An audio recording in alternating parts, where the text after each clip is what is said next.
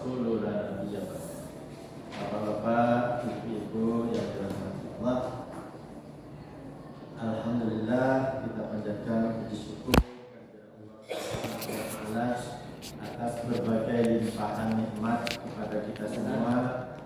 Nikmat sehat, nikmat iman, Islam, termasuk nikmat kita mengenal dan bermuhammadiyah. Alhamdulillah. Saya ingat dulu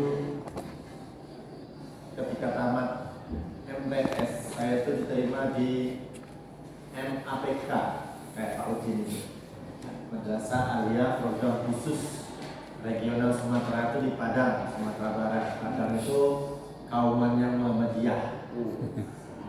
Setelah tahu itu orang tua tidak mengizinkan, keluarga tidak mengizinkan karena khawatir nanti pulang-pulang jadi Muhammadiyah.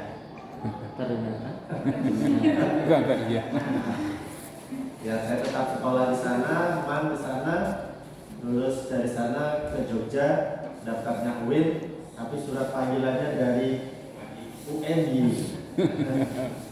Akhirnya saya kuliah di UNY. Tahun kedua ditawarkan kembali oleh orang tua untuk nyoba UIN. Tapi alhamdulillah di semester 2 saya dapat pelajaran kemuhammadiyahan, satu SKS, non SKS, tapi ngajarnya 2 jam.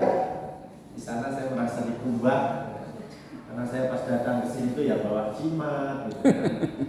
Bulan pertama aja di sini saya langsung nyari perguruan tenaga dalam. Itulah di pantai Parangtritis ya. Ya, pas berangkat saja saya dimandikan dengan kembang 7 rupa dari 7 sumur yang berbeda. Jadi kalau saya tidak kuliah di Muhammadiyah, pulang-pulang jadi dukun. Alhamdulillah. Ya. Sekarang masih.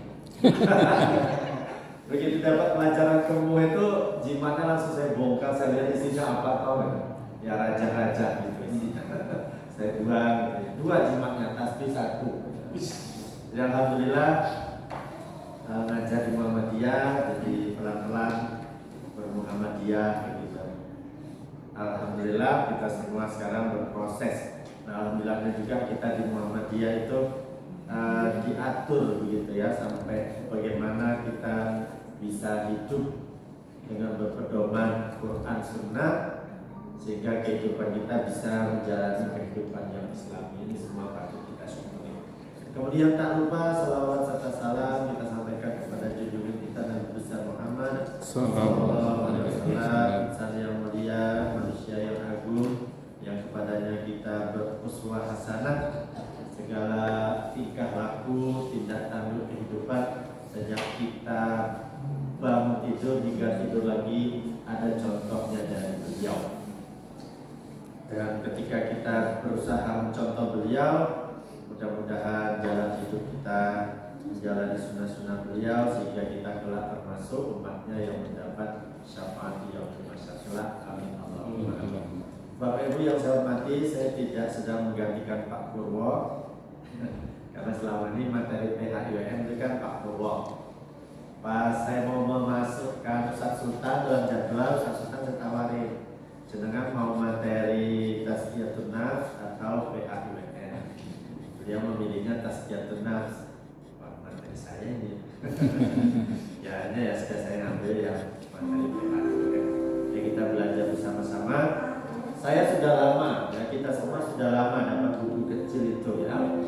Tapi kalau tidak kajian begini nggak baca, saya juga nggak baca. Karena modelnya di situ kan ada pasal satunya, ada catatan kaki. Di catatan kaki itu masih baru merujuk ayatnya sini. Nanti ayatnya terlampau di halaman sekian di belakangnya. Jadi kalau mau baca atas dulu, turun ke bawah, muter ke sana. Jadi nggak pernah baca. Nah karena saya mau ngisi, saya jadikan satu dalam satu halaman gitu, supaya tidak gitu. Ya, jadi catatan kaki terus nanti baru penjelasannya di belakang sehingga kita bacanya agak muter-muter sehingga nggak baca gitu. Nah saya akan mulai dari bagian kehidupan pribadi ya, pedoman hidup Islami warga Muhammadiyah kehidupan pribadi nanti pada bagian kehidupan pribadi itu ada dalam akidah, kemudian ada dalam ibadah. Nah, ini poin 1 itu dalam akidah.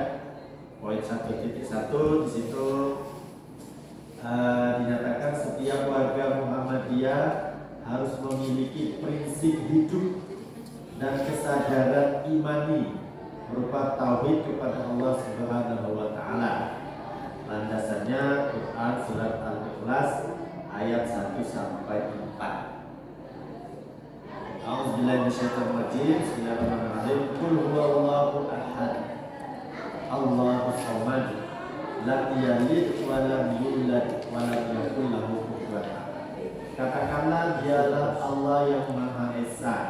Allah adalah Tuhan yang bergantung kepadanya segala sesuatu. Dia tiada beranak dan tidak pula diperanakkan, dan tidak ada seorang pun yang setara dengan Dia. Ini adalah konsep ketuhanan yang mendasar bagi kita. Ini konsep dasar, sederhana, tidak jelimet. Oleh karena itu, Ibu Haja Irene Handono, seorang mantan biarawati, ketika diberi tugas oleh pendetanya untuk pelajari Islam, cari kelemahannya, beliau dibekali Quran, terjemahan, beliau buka dari kiri. Nah, dari kiri itu dia ketemulah surat Al-Ikhlas. Setelah dia baca terjemahannya, dia terpana. Kok konsep ketuhanannya simple, sederhana. Katakanlah Tuhan itu Esa, tidak beranak, tidak diperanakkan, tempat bergantung. Beda dengan agamanya sebelumnya. Tuhan itu satu, satu sama dengan tiga, tiga sama dengan satu, satu ada dalam tiga, tiga ada dalam satu. Guru matematika umum itu mau menjelaskan. Akhirnya beliau masuk Islam. Nah, kita selaku orang yang sudah lama mengenal ini, yang hendaknya seperti itu. Nah, jadi dialah Allah Tuhan yang Maha Esa. Nah, kita tidak usah bertuhankan dengan yang lain, baik kalau secara nyata tidak ya.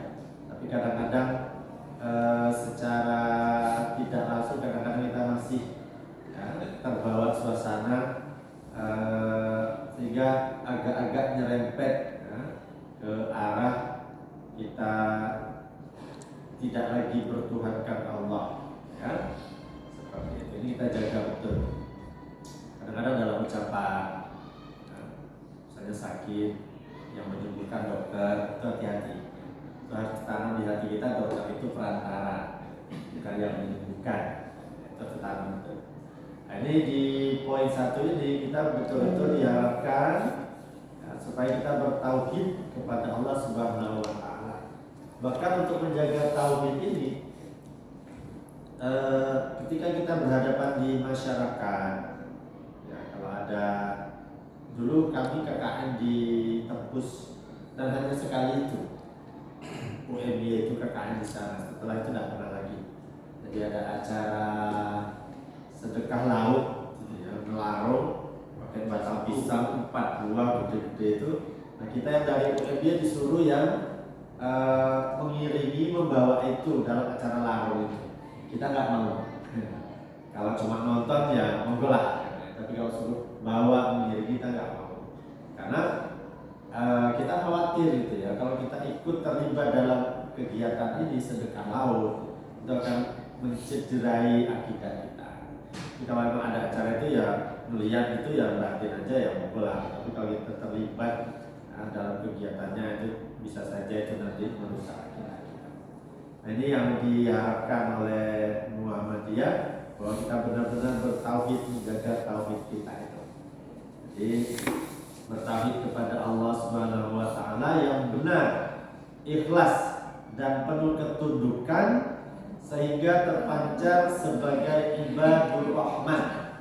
Nah, jadi harapannya dengan kita bertauhid yang benar dalam akidah, sehingga kita itu mampu menjadi seorang yang ibadur rahman.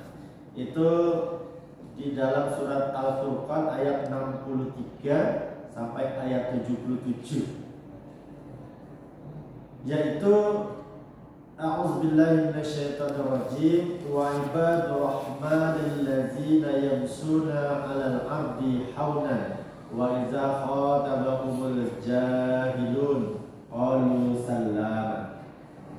Dan hamba-hamba Tuhan yang Maha Penyayang itu ialah orang-orang yang berjalan di atas bumi dengan rendah hati.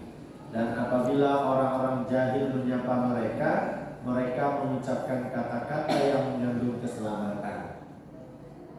Jadi siapa itu ibadur rahman? Ibadur rahman itu adalah hamba Allah yang Maha Pengasih, hamba Allah yang Maha Penyayang. Jadi ibadur rahman itu adalah hamba Allah yang terpilih. Ya. Nah, ada kriteria-kriterianya. Ini kriterianya terdapat di ayat 63 sampai 77. Tadi ayat 63 yang saya bacakan. Di situ ada dua ciri ibadur rahman itu. Yang pertama, ibadur rahman itu adalah orang yang rendah hati. Rendah hati beda ya dengan rendah diri. Ya. Rendah hati itu kita merasa benar kadang, tapi disalahkan, jadi itu rendah hati. Kita mengetahui banyak hal, tapi malah digurui orang lain misalnya. Kita ya sudah terima, itu rendah hati. Ya. Tapi kalau rendah diri sudah paham semua ya. Rendah diri itu merasa inferior, saya siapalah, saya ini gak ada apa-apanya, itu kadang minder ya. Kalau anak-anak sekarang itu ngomongnya insecure, insecure, merasa rendah, merasa ya nggak pede ya. Nah, itu rendah diri. Kalau ini rendah hati, tawadhu, rendah hati. Itu ciri yang pertama. Ibadur rahman itu adalah orang yang rendah hati, tawadhu. Kemudian ciri yang kedua dalam ayat ini yaitu orang yang ibadur rahman itu apabila orang jahil menyapa mereka, mereka mengucapkan kata-kata yang mengandung keselamatan. Jadi kalaupun ada orang yang berkata tidak baik kepadanya, ya dia tetap menjawab dengan kata-kata yang baik. Ya. Dulu ada orang Yahudi pernah menyapa Nabi dengan kata-kata nggak baik. Terus Aisyah langsung balas, "Asamuka, kamu yang celaka." Tapi kata Nabi nggak usah begitu, cukup jawab alaikum. Kita berpedoman pada itu kalau ada orang mengucapkan walaupun itu salam, assalamualaikum, non Islam, ya kita jawabnya alaikum, cukup alaikum. Nah sekarang ini saya perhatikan kita kadang-kadang lebih mudah terpancing untuk menjawab omongan-omongan orang. Nah, karena biasanya nada ya, kalau nada hanya tinggi, karena kita jawab tinggi. Ya sama lah kayak orang tua lagi nunjuk anak itu, "Sholat durung," nadanya naik, otomatis anaknya jawab durung. Tapi kalau mau sholat dereng, sih nadanya dereng gitu. Nah kita dengan teman, dengan siapapun kadang-kadang, dengan murid gitu, kadang-kadang anaknya jangkar, atos gitu ya, kadang-kadang kita pancing gitu ya. Nah dalam ayat ini kalau kita ibadur rahman, hamba-hamba yang dipilih oleh Allah sebagai hamba yang penyayang, itu kita walaupun kita mendapat ucapan tidak baik, omongan tidak baik, itu kita membalasnya dengan yang baik.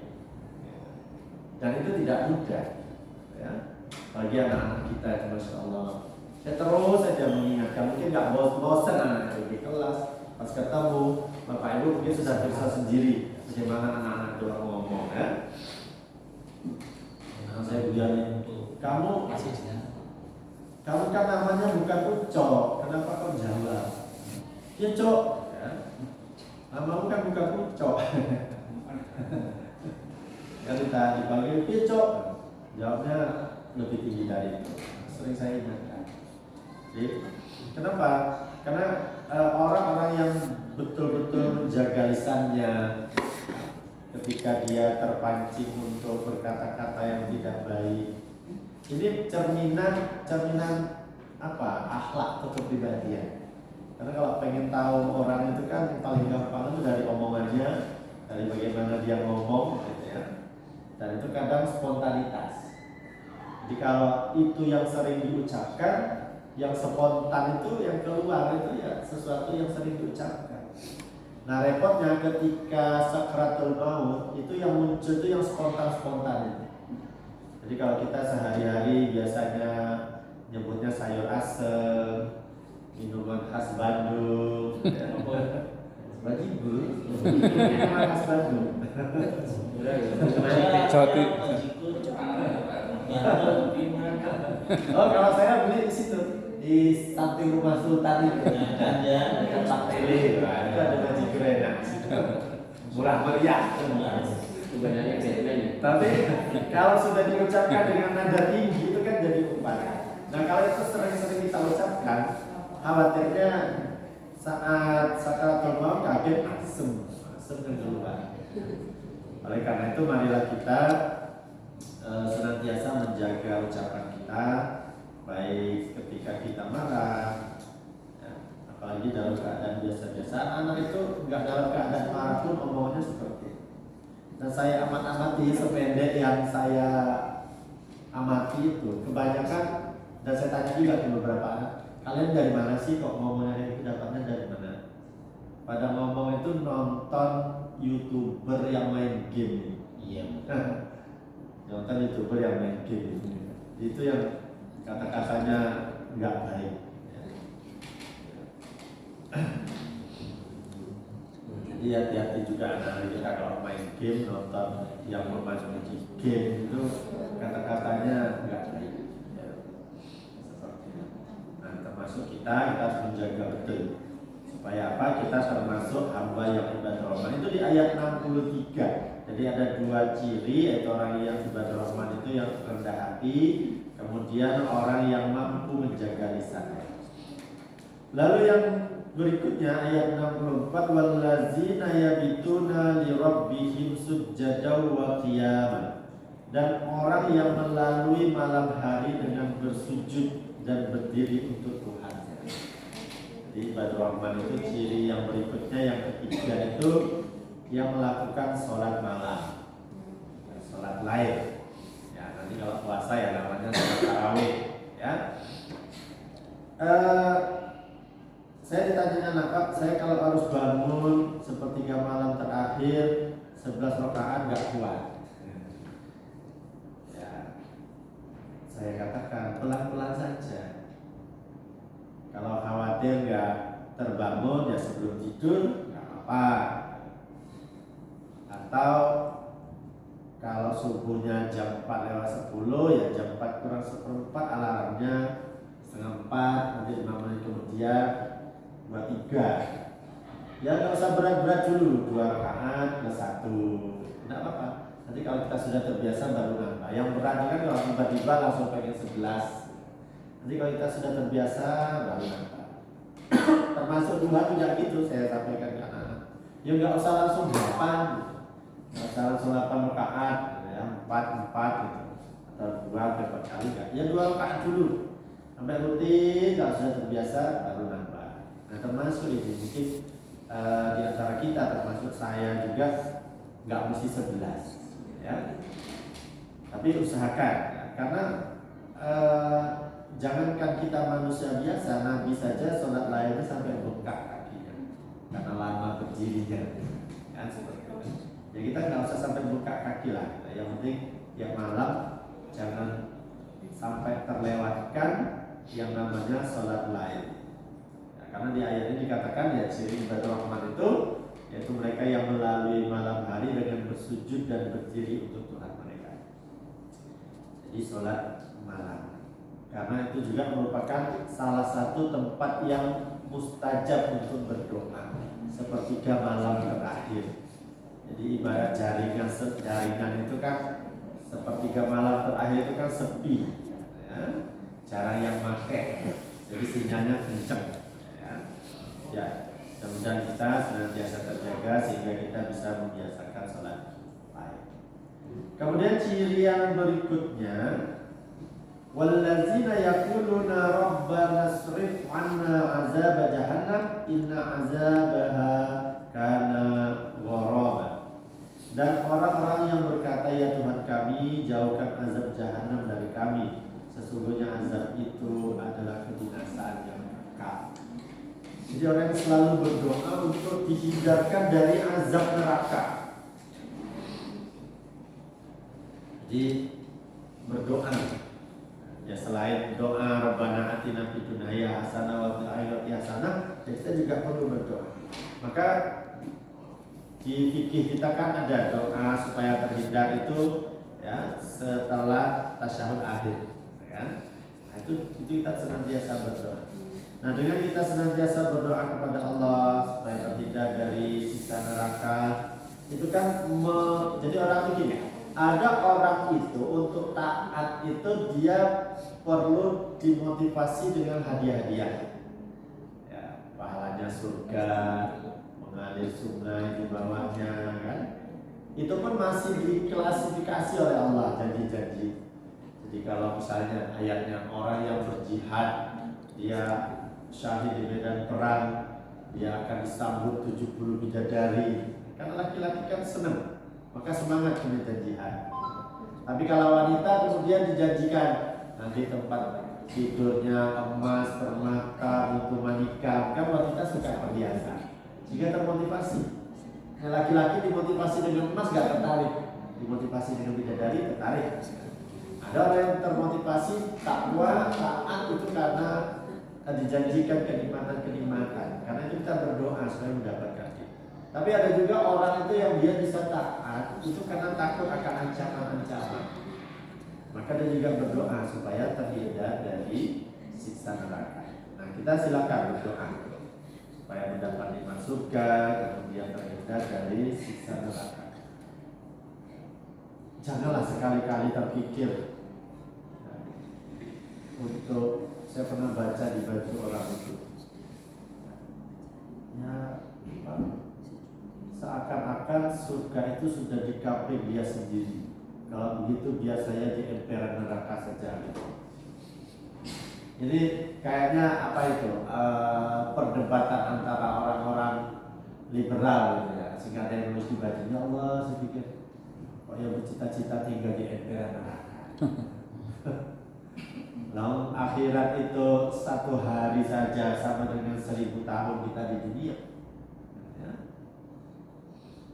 Ya, paling enggak itu ya berharap itu ya surga itu ya mungkin ya kayak gitu, emperan surga gitulah. Jangan kok emperan neraka.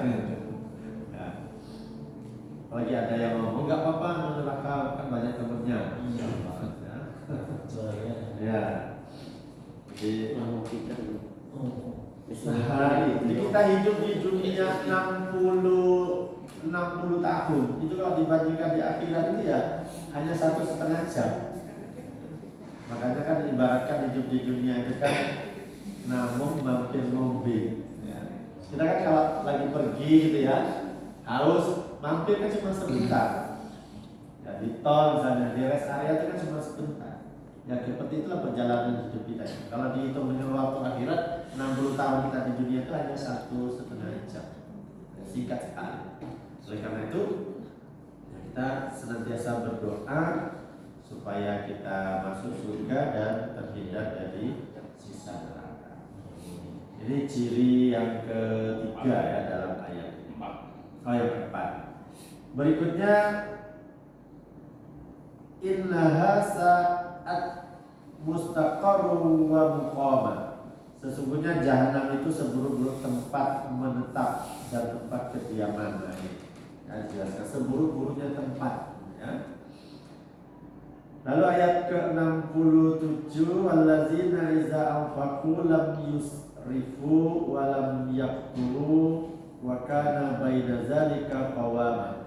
Dan orang-orang yang apabila membelanjakan harta mereka tidak berlebihan dan tidak pula kikir, dan adalah pembelanjaan itu di tengah-tengah antara yang demikian. Jadi ciri ibadur rahman berikutnya itu tidak boros dan tidak juga pelit. Jadi tengah-tengah. Ya, tidak boros. Boros itu artinya sesuai kebutuhan. Ya. Kalau tangan itu cincinnya ya satu, jangan empat-empatnya kayak Messi dipakai, itu boros. Ya. Gelang itu ya mungkin 2 gitu, nggak sampai atas gitu ya. Kayak ada orang pulang haji pakai semua gitu ya. Karena biar nggak kena pajak. Jadi tidak boros membelanjakan harta dan tidak pula beli. Ya. Ya. agak repot gitu ya. Tapi ya masing-masing kita tentunya sudah punya standar dalam memanage. Itu ciri yang kelima. Berikutnya ayat ke-68, panjang sekali ya ayatnya. Paling kita pertemuan kali ini baru satu saja ya, kehidupan pribadi dalam masalah akidah. Wallazina la yad'una ma'allah ilahan akhara wa la yaqtulun nafs allati haramallahu illa bil haqqi wa la yaznun wa man yaf'al dzalika yalqa asaba. Dan orang-orang yang tidak menyembah Tuhan yang lain beserta Allah dan tidak membunuh jiwa yang diharamkan Allah kecuali dengan alasan yang benar dan tidak berzina. Barang siapa yang melakukan yang demikian itu niscaya dia mendapatkan balasan dosanya. Jadi dalam ayat 68 ini ada 3 ciri ibadur rahman. Yang pertama, orang yang tidak menyembah Tuhan yang lain, ya, artinya tidak menyekutukan Allah, ya. Ini sama dengan al-ikhlas tadi ya. Jadi la ilaha illallahnya dipegang betul, ya. Itu yang pertama dalam ayat. Jadi yang kedua, orang yang tidak membunuh jiwa yang diharamkan Allah kecuali dengan alasan yang benar. Memang ada boleh alasan yang benar, ya, dalam perang itu boleh, atau melalui pengadilan tentunya kisos gitu, ya, itu boleh, yang memutuskan pengadilan. Tapi negara kita bukan negara yang berasaskan Islam ya. Kemudian yang ketiga dalam ayat ini orang yang tidak berzina. Nah, ini Jogja itu sangat memprihatinkan. Tingkat pergaulannya, ya mudah-mudahan kita bisa menjaga keluarga, lingkungan anak kita agar tidak terjerumus. Ya, saya baca itu Jogja itu sudah tinggi sekali tingkat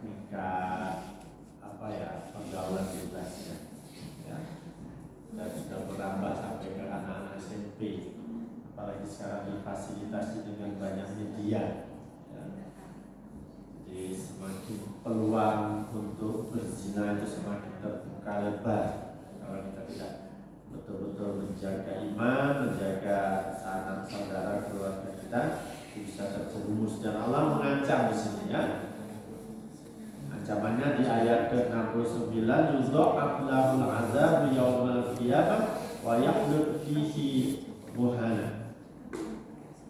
Tadi ayat sebelumnya mengatakan niscaya mendapat balasan, yakni ayat berikutnya akan dilipat gandakan azab untuknya pada hari kiamat dan dia akan kekal dalam azab itu dalam keadaan terhina.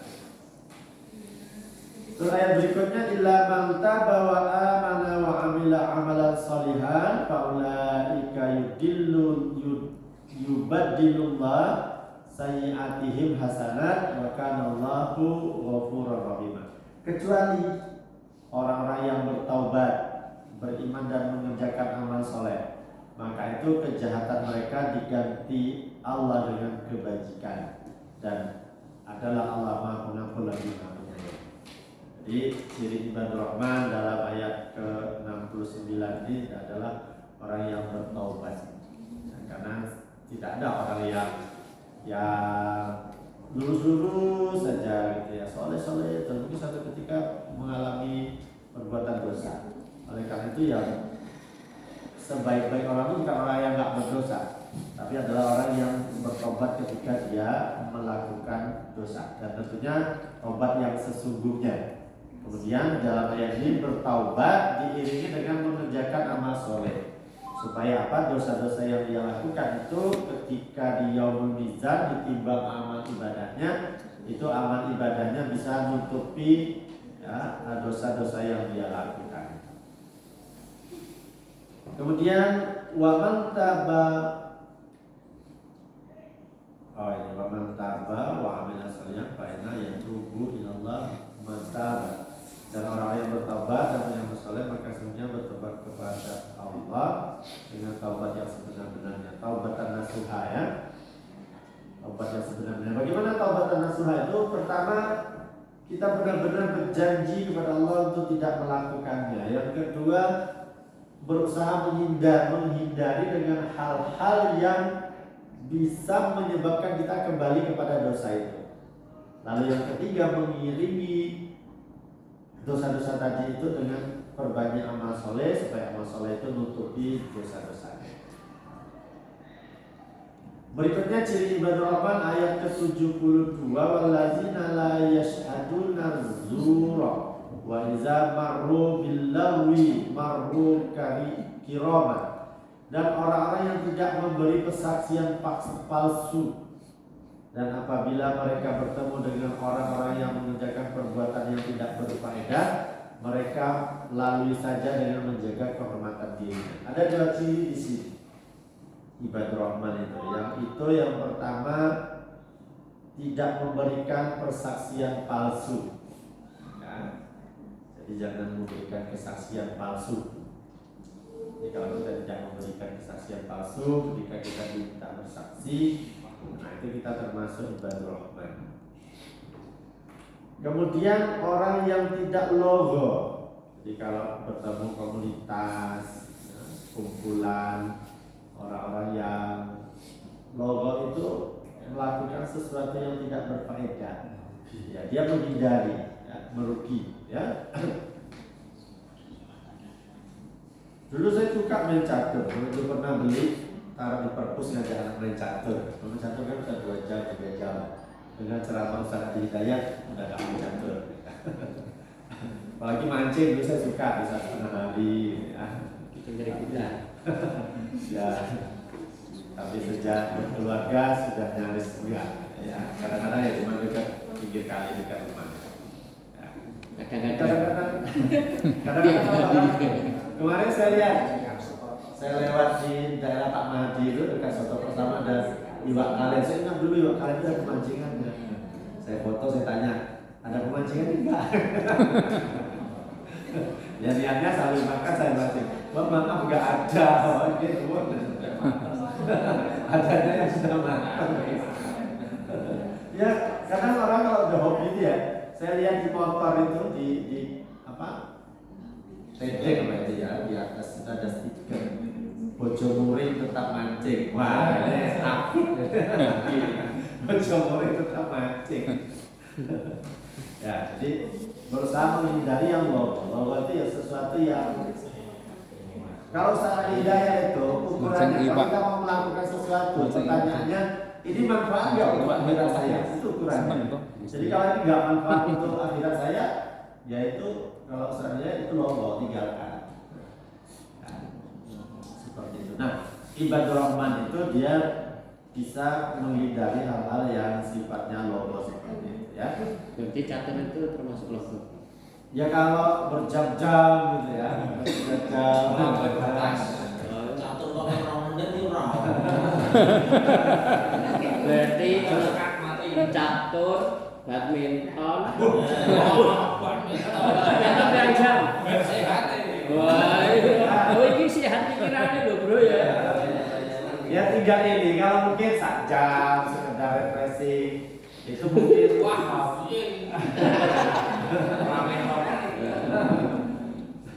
ya gabut doro ya 1/2 jam, ya terus setengah hari 3 jam, ya. Ya sifatnya logo itu nggak bermanfaat dan melalaikan yang lain, ya.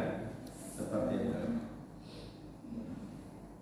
Kau nonton bal-balan ya logo, Iya. saya 1/2 jam.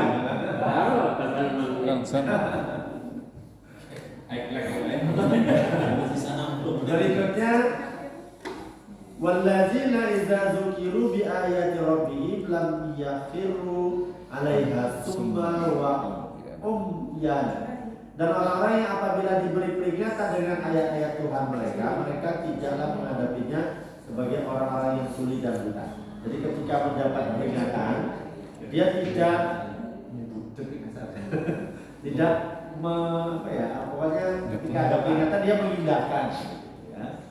Dia mengindahkan, tidak menulikan matanya, tidak memekakkan telinganya begitu. Dia mendengarkan peringatan-peringatan, ya. Misalnya ada peringatan lain syakartum la azidanakum wa la in kafartum in azabi lasyadid. Kalau bersyukur nikmat ditambah, kalau kufur itu kan peringatan azab Allah sangat pedih. Nah dia mengindahkan itu, ya, sehingga dia bersyukur, ya. Jadi ketika ada peringatan itu tidak dangdut saja. Berikutnya wallazina yaquluna rabbana hab lana min azwajina wa dzurriyyatina qurrata a'yun waj'alna lil muttaqina imama. Dan orang-orang yang berkata, ya Tuhan kami, anugerahkanlah kepada kami istri-istri kami dan keturunan kami sebagai penyenang hati kami, dan jadikanlah kami imam bagi orang-orang yang bertakwa. Jadi kita selalu berdoa agar punya pasangan yang soleh, solehah, agar punya anak keturunan yang soleh, solehah, menunjukkan pandangan. Kemudian ayat ke-75-nya ulaika yujzauna ghurfatan bima sabaru wa yulaqauna fiha tahiyyatuhu wa salaman. Mereka itulah orang-orang yang dibalas dengan martabat yang tinggi karena kesabaran mereka, dan mereka disambut kehormatan dan ucapan selamat dalamnya. Khalidina fiha hasunat mustaqarru wa muqamah. Mereka kekal di dalamnya. Surga itu sebaik-baik tempat menetap dan tempat kediaman. Bapak Ibu yang dirahmati Allah, dari ayat yang kita bahas tadi, yaitu ayat ke-63 sampai 77 yang menjadi landasan pedoman hidup Islami warga Muhammadiyah, yang mencita-citakan agar warga Muhammadiyah itu menjadi hamba yang ibadur rahman. Saya simpulkan kembali, ada 13 paling tidak dalam ayat ini ciri-ciri ibadur rahman. Yang pertama rendah hati, yang kedua menjaga lisan, yang ketiga sholat malam, yang keempat berdoa agar dijauhkan dari azab Allah, yang kelima tidak boros tapi juga tidak pelit, kemudian tidak syirik, tidak membunuh, tidak berzina, lalu bertobat, beramal soleh, kemudian tidak bersaksi palsu, tidak bohong, dan mengindahkan peringatan-peringatan Allah, kemudian berdoa agar memperoleh keluarga yang saleh-salehah dan menjadi imam bagi orang-orang yang bertakwa. Mudah-mudahan kita selaku warga Muhammadiyah, kalaupun tidak semua, mungkin sebagian ya dari ciri-ciri ini bisa perlahan-lahan kita usahakan, ya. Ya, belajar hati, belajar menjaga lisan, ya. Demikian Bapak Ibu, kita baru bahas satu, ya, kehidupan pribadi dalam akidah. Insya Allah pertemuan berikutnya nanti masih kehidupan pribadi Sudah ada pertemuan lagi. dalam masih ada ayat 2-nya ya. Dalam akidah masih ada ayat 2-nya. Ada ayat kan. Dan ini panjang ya, nanti ujiannya kapan? ini sudah setengah jam lebih 45 menit. Nah, Ada ujiannya. nanti kita lanjutkan pada pertemuan yang akan datang, paling tidak